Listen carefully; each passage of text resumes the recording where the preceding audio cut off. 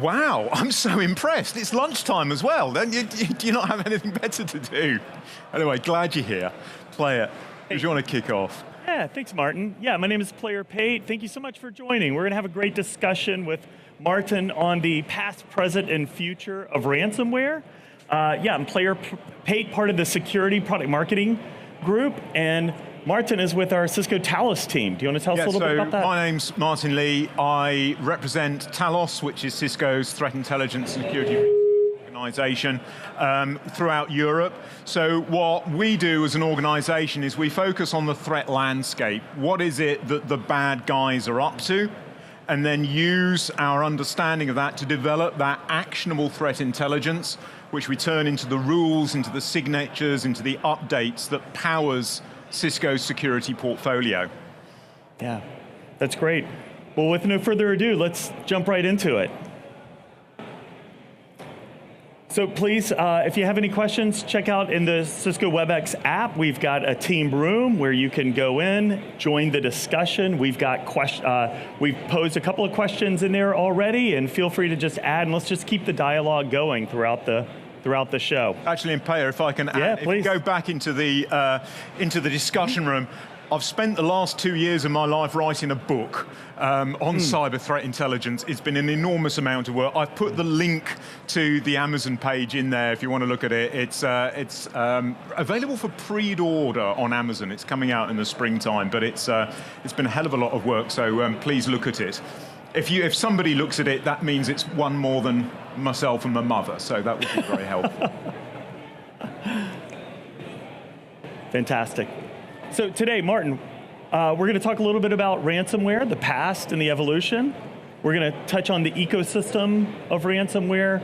Want to hear about, what were some things that we thought were ransomware, but actually weren't. And then, of course, how lucrative is ransomware? Why is it still staying around, and what does that look like? And then, of course, who's at risk of ransomware? Is fact or fiction? Am I a target? Am I not a target? And then give us a little bit about the future outlook. What are you seeing from a Talos standpoint as to where you think the next wave of ransomware is, what it's going to look like? And then, of course, the question that organizations are always asking is, hey, what can I do?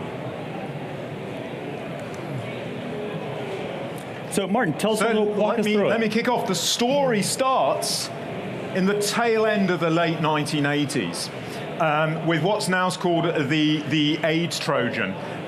This was a very simple piece of malware that was distributed on diskette. I don't know if you remember, many of this audience won't actually remember floppy disks and diskette, but it was distributed by diskette to members of the medical community. The software purported to be software that helped you identify if someone was at risk from being infected with HIV.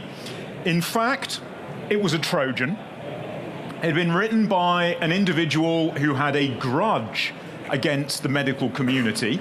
If you install this software, it would encrypt, in fact, only the file names of the files, not the contents. But it's still, really difficult to recover from that if all of the file names are encrypted. To pay the ransom demand requested that you sent a check to a PO box in Panama, if I remember correctly. So the fact that there wasn't cryptocurrency or e-currency to cash out, the fact that you had to send a physical check to a physical address meant that the miscreant was apprehended before too long. He was brought to trial and was actually found unfit to stand trial because he was clinically insane. So it's almost a bit like Batman. The first ransomware was actually created by an insane criminal genius. Entirely true. Ransomware then kind of went away. And really the first significant date is 2005. And here we see the very, very first modern criminal ransomware of a file that would encrypt the contents of your disk and then demand a ransom to be paid by e-currency. I don't know if you remember e-gold. Does anyone remember e-gold? No one. Wow. Liberty Reserve? Yeah, a few people. So these were digital currencies of the times, kind of like the precursors to cryptocurrencies, but in fact it was a single cryptocurrency wallet, if you wish. In the end, these digital currencies were taken down by law enforcement because they were widely abused by this kind of attack. We've then got a whole world of different ransomware that was being developed. Notably, we start seeing innovations. Ransomware really is, it's a business. It's all about profit and making money. And like any business, we see a number of innovations and changes along the way. So we saw the development of what's essentially a partner ecosystem. If you don't have the knowledge or the resources to write ransomware yourself, the bad guys will give you a partner portal where you can download the ransomware, you do the work in distributing it, you pay, or your victims pay the ransom to the provider or the partner manager, and then you get a cut from that. So really, this is the bad guys learning from business, trying to increase their profit, trying to increase what is essentially the sales of their software. The major change that we see, if there's just one big step to remember, was 2016. Prior to 2016, ransomware was a mass market attack, that the bad guys would send out the emails or distribute their ransomware to as many different people as possible, in the understanding that it would land on somebody's desktop or laptop sooner or later. And then that'll execute on that laptop, and that person who they hit is going to have a really bad day. You know, if I got ransomware on my laptop, you know, one, Cisco IT would be furious at me. Secondly, it would be really annoying. It would encrypt all of my PowerPoints for the presentations. It would encrypt the various files that I've got there. It would be an annoyance. I would probably lose photos of my family and loved ones and children. Maybe I might be tempted to pay a couple of $100 to get those files back, possibly because I was too embarrassed to admit to player that I got hit. Again. If the guy asked me for $10,000, no way. You know, that's way too much. I'll live without it. In 2016, we've got a criminal gang using a new form of ransomware called SamSam that changed the method of deployment. Instead of going for this mass market sending out of ransomware, they combined it with what's basically old-fashioned hacking, and would identify an organization in advance, look for vulnerable applications which were accessible to the internet, get inside the organization through those, and then, like any hacker, spread out over the network, use their initial point of infiltration to then spread out, and then identify the key systems within this organization and get ransomware on those. So if I got ransomware or you got ransomware on your laptop, it would be a bad day. It would be annoying. It would be frustrating. But if you can get ransomware in those key systems that actually allows an organization to function, you can bring that organization to a halt.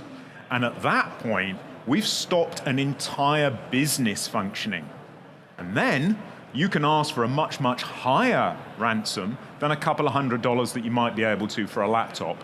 So here we have this change of moving towards targeted ransomware, hitting businesses, getting inside the network, identifying the key systems and ransoming those. That is the single big change.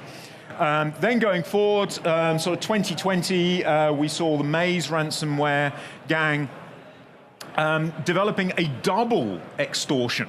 So not only encrypting your files and saying, well, if you want to get the files back, you've got to pay money, but also stealing the data at the same time and threatening to release the data on the web publicly, as in addition to the ransomware. So if you're a CISO, you've got this double threat. Not only are your systems taken down, but the bad guy is threatening, almost weaponizing the GDPR of causing a very public data breach unless you pay the ransom. From the bad guy, it's all about adding the pressure to pay the ransom. And this is where we are today, a thriving ecosystem of players. Do you want to move on to the next? Yeah, and by no coincidence, talk about a little bit about the maturity of cryptocurrency as it's related. Yeah, I mean, also, I hesitate to say it because it's not entirely true. Cryptocurrency has evolved partly with the ransomware ecosystem. The two have evolved together. Obviously, cryptocurrencies are entirely legitimate. There's very good reasons why you want to use them, but they also offer many advantages for the bad guys. If you think back to this first guy, he was identified because he couldn't cash out the money without a check and without picking it up from the PO box. Obviously, this is a massive risk if you're a bad guy. There are times where we have e-currencies of doing that. Again, there's a single point of failure that if law enforcement takes out that provider, then you lose your money, and also potentially you could be identified. From the bad guy's point of view, the beauty of the cryptocurrencies is they're anonymous. So we ask our victims to pay that ransom by cryptocurrency. It comes into a wallet, which is then anonymous, and then the bad guy can abuse the anonymity of those wallets also to launder the money, move it into other wallets, move it into mixing systems where that chain of custody of that money is disguised or confused, and then ultimately cash that money out. Yeah, it's great. So, Martin, not all that appears to be ransomware is actually ransomware, and there's some well-known examples of that. Can you talk a little bit about that? Claire, can I ask you, did you do computer science at university? Yes. So, do you remember your lessons on encryption? Yes. Encryption is hard. Yes. It's really hard. Not only conceptually is it difficult to get your head around the maths, writing the code that does encryption in a way that is secure is really difficult. Same thing goes for our ransomware software engineers. You know, ransomware, it's software like anything else. There's a software engineer behind it who's writing this code. Encryption's hard, encryption's difficult. Wouldn't it be so much easier if we could skip the encryption bit? And so we have criminal geniuses, which is one that we're looking at, I think this one, where it's just a pop-up. You just go to a website and someone's hired a web ad or has compromised the website, so you go to the website and you just get a ransomware note that says, pay me money. Nothing else happens, there's no encryption, it looks like ransomware, and yeah, some people will transfer the money. In fact, all you need to do is just hit escape and the thing goes away, but not everyone's going to know that. So again, it's an innovation. It's another way of doing it. It's an easier way of doing it. It's very similar, I find, in nature, that you get venomous snakes or whatever that have stripes on it and look vicious, and there's other creatures that just have the stripes but don't have the venom. It's disguising their nature, looking like something which is vicious when in fact it's entirely benign. We have the same thing in the ransomware world. We've also got ransomware that isn't really ransomware. The best example is WannaCry. So WannaCry was a worm, came from 2017, spread globally, if you remember. It was really, really clumsily written. It was clearly written by someone that had never written ransomware before. It was very effective in spread across the globe. Millions upon millions of computers were affected, but there was only a couple of Bitcoin addresses that were actually on the ransom note itself. So if you did pay the ransom to the bad guy had no idea who you were in order to actually decrypt your files. There was no way for them to do that, the accounting, the reconciliation between who's paid the demand on which computer and who hadn't. There was just an address or a small number of address that you paid money to. So as a genuine criminal ransomware attack, this wasn't really credible. Either this was a test that went wrong, which is possible. Certainly it was clumsily written. Perhaps it was someone just playing around and this was an accident that it escaped. Or possibly, just possibly, it was never supposed to be a ransomware attack, and this was a destructive worm that was masquerading as ransomware. That is certainly the case when it comes to NotPetya. So 2 weeks after WannaCry, we saw the NotPetya worm. I talked about this morning if you were at my supply chain attack. It was a supply chain attack. It was distributed by compromised software, legitimate software. Again, spread around the world, this time only through internal IP addresses rather than external ones, as WannaCry did. It masqueraded as being ransomware. Indeed, it included the code of the Petya ransomware, which was genuine ransomware. But the big difference in NotPetya is it actually deleted the first, if I remember rightly, the first 5K of any files. So even if you paid the ransomware, even if you had the decryption key, you could never ever get your files back because they'd been wiped. And in fact, NotPetya looked like ransomware, was in fact a destructive worm, wiper malware. Fascinating.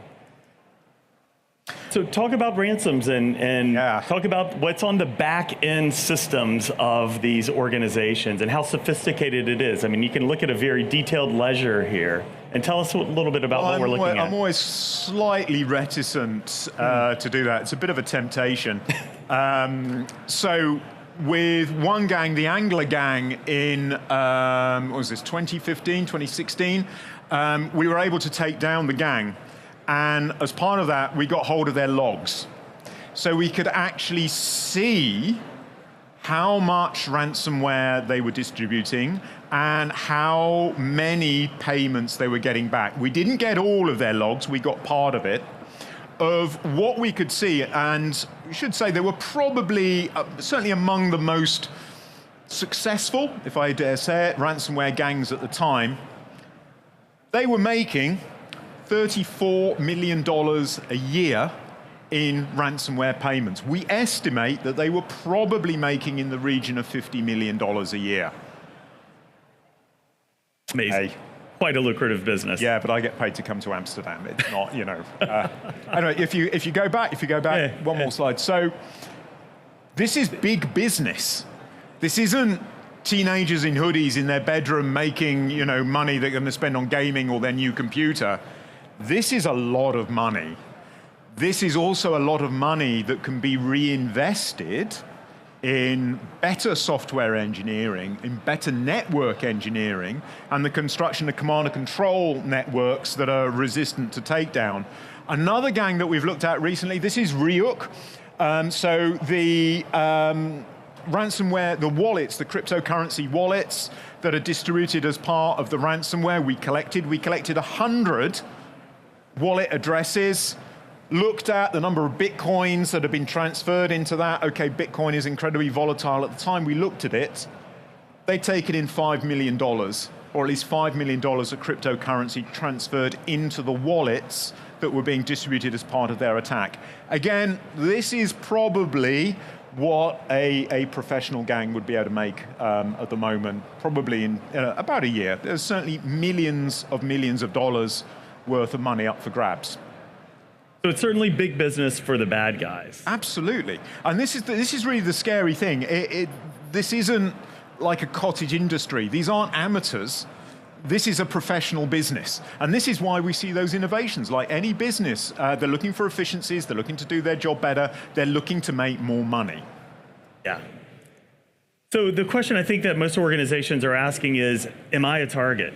And tell us a little bit about what you're seeing based on the engagements, right? The short answer is yes. We're all targets. This is data from our 2022 annual report from Talos. I think the key things to take home, number one, of all the incidents that our incident response people are involved in, we're looking at 1 in 5 are involving ransomware in some way. Should also be said, this is the incidents that have come to the end. that are included in ransomware. We're also pulled into things where there's a breach where that end result may well have been ransomware. So I think really we're looking at a minimum here, about 20% or so of incidents are involving ransomware. The real figure of if you let an incident go to its end is almost certainly higher. When we look at the industries that are affected, the short answer is all industries are affected. Whatever industry you are in, there will be a bad guy out there somewhere who's thinking about your industry sector, thinking about your business and thinking, could they get in? Could they encrypt a key system? Could they bring your organization to a halt and then force you to pay a ransom? We do see some industries where there are slightly more, notably the education sector and local government. Exactly why is unsure. Potentially, it's because the bad guys know that this is a sector where there might be less investment in cybersecurity, and this might be something easier to get inside. Obviously, again, if you're thinking about this from a bad guy's point of view, there's probably a higher ransom that you can demand if you're getting inside a bank rather than a high school. But if you're just looking to make a living out of this, it's probably an awful lot easier to get inside the education sector or local government than it is to get inside, well, Fort Knox, as we say. So if you're just looking for a smaller ransom, it's a legitimate choice. You might want to look for easier targets than others. But the short answer is really everyone. Everyone is at risk. There's a bad guy looking out for you at this moment.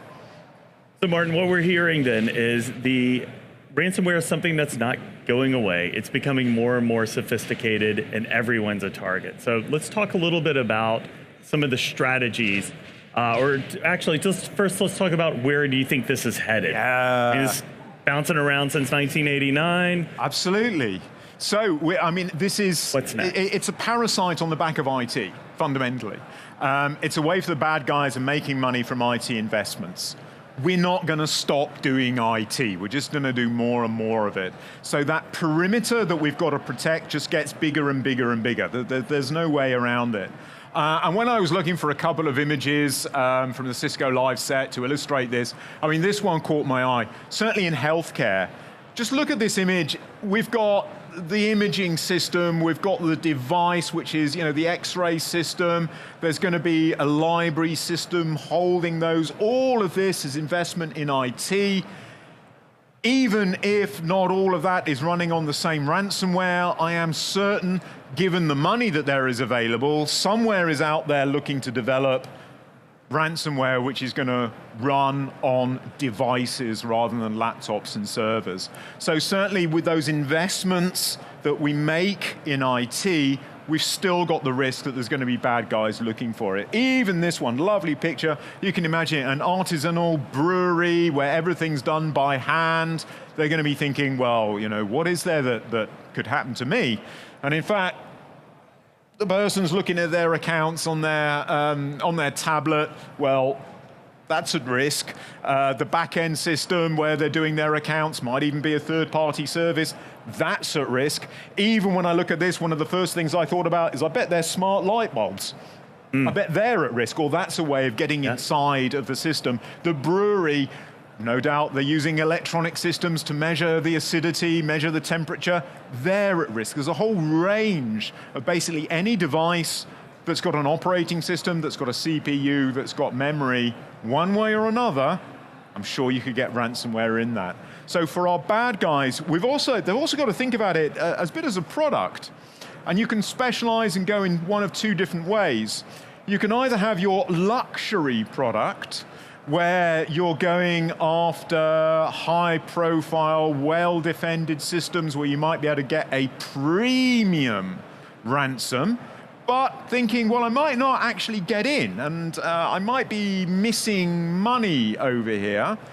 Or I could go for a budget world where I'm hitting easier systems for a less ransomware, but the reality is we've kind of got this pull between the two. If you can't get inside the system, you can't collect the ransom and you're not going to make any money. If you do get inside, you don't want to ask too much money, because then the victim might be tempted to say, well, that's just too much money. I'm going to take the cost myself, invest in cybersecurity, invest in restoring my systems. So you've got to get that price right of the ransom too low, and your victim's going to say, yeah, whatever, I'll give you the money out of my pocket. There's money which is being left there. So it's quite an interesting ecosystem for the bad guy. What kind of profile, organization are they going to hit? And then when they hit it, what are they going to ask for the ransom? It's great. So two things, right? The more that we're connecting, the greater the attack surface. And if we're going to connect it, we've got to protect it. Yep. And the other thing is the sophistication of the bad guys and their infrastructure, from targeting price points based on the systems. They're just becoming more and more sophisticated. So I think, what are some strategies from a high level that we can talk about from protecting yourself against ransomware? Yeah, it's all about, you know what it is that you got to do. Number one, we've got to keep the malware outside of your organization. So having that perimeter protection, detecting it on the way in is so important. Sure, user education is very important, but then again, we've all told our users don't click the link, and what do? Yeah, at least one is going to click the link. So really, we can't let the malware come into the inbox or get in front of your user, because although many of them are going to be resistant, someone will fall for it. So we've got to keep it out as much as possible. If we don't quite manage to keep everything outside of the perimeter, let's face it, nothing is 100% perfect. We need to detect that ransomware early. So having that endpoint protection everywhere on every device, not just the laptops, also on the servers. Think about it on your other devices as well, electronic devices that you might have. Make sure that we can detect ransomware when it's on it. It's like the goalkeeper in football that's able to do heroic saves. It's a great thing to have a heroic goalkeeper that does everything at the last minute, but really, if you're detecting ransomware on your endpoints, something's going wrong further upfield, and we need to think about how do we keep the bad stuff away. But you need to have that endpoint protection so that we can detect if it gets on a device, and then plan. Plan for that bad day. Plan, test and rehearse, so that if you get ransomware on one of your key systems, you know what to do. Rehearse it so that if it does happen, everyone knows what to do. You know who you're going to call. You know what external help that you've got. You know that you've got backups in place that you can restore from. Practice for that bad day now, so that if it happens, it's not going to be a disaster. You're going to know what to do. You're going to get back on your feet quickly, and most importantly, you're not going to be tempted to pay the ransom. If you pay the ransom, you are feeding the beast, and you're also identifying yourself as a lucrative prospect for future attacks. That's great. So really, people, process, technology, all involved. How about some really practical ways in employing those strategies? Absolutely. So we've talked about those overlapping layers, defend the perimeter, get that endpoint protection in place. Go out now and start looking at systems that might be vulnerable. Sure, patching isn't easy. I know there's people here that'll help with that. But if you can invest a bit of time now in hardening your systems, things such as multi-factor authentication, this kind of thing is you're going to make it difficult for the bad guy. And part of your role is also to make the bad guy's attacks very noisy. Don't make it easy for them to cross your networks and infect one device and then another device. Make it difficult for them. Have something that you can detect, those signals that you can detect, those big sticky fingerprints over your systems and on your networks that you can identify so that you can respond. And start that proactive hunting now. Have those teams in place that are actually going out there and looking to see what's unusual in your systems, what's wrong, what's different, what's new today, so that if and when we get a bad guy in our systems, we're forcing them to make lots of noise because we've done this, and we've got the teams that are doing the threat hunting in order to spot the bad guys on your systems. Of course, backups are the kryptonite to ransomware. If your files are encrypted, yeah, dead easy, just restore from a backup. It's not easy, it's never been easy. It surprised me, here we are in 2023, still talking about the importance of backups. I think if we were doing this in 1973, also people would be talking about the importance of backups. Yeah, it's still important, however, it's still difficult to do. And then, as I say, plan, rehearse. Know what it is that you're going to do, know what external help you will need, and make sure they're expecting your call and will know what to do when and if you phone them. That's great. And you know, in a plug for your organization, the Talos has an incident response readiness services to help you in planning to prepare your organization for when the inevitable so we comes. have colleagues from Cisco Talos Incident Response here today. I think they're just over there. So my colleagues are on the stall. Talk to them. I mean, one of the services that we offer is actually setting up your incident response, so you know what to do. We've also got the walkthrough tabletop exercises. We do. Where we will walk through the types of things that attackers do. I know one of the examples was on your incident response. What would you do if the bad guy took out your email server? And that was certainly one that made me think. If you've planned all of your communication around email, and this is how you're going to muster your forces, what would you do if the email server was hit with ransomware as part of the attack? So these are little things, little tips and tricks that we've picked up over the years that we can help you with so that we can make your plans even stronger. That's great. Martin, thank you very much for this discussion. Let's keep it going, though. Again, log into the WebEx Teams. Let's keep the discussion going. Hit us with any more questions that you may have about this. Go to Amazon, check out Martin's new book. You can pre-order it. It's great. It's amazing. We also, again, Martin mentioned the ransomware role-playing, this guided tabletop exercise. If you have any questions, start getting into the practice of how to prepare for ransomware attacks.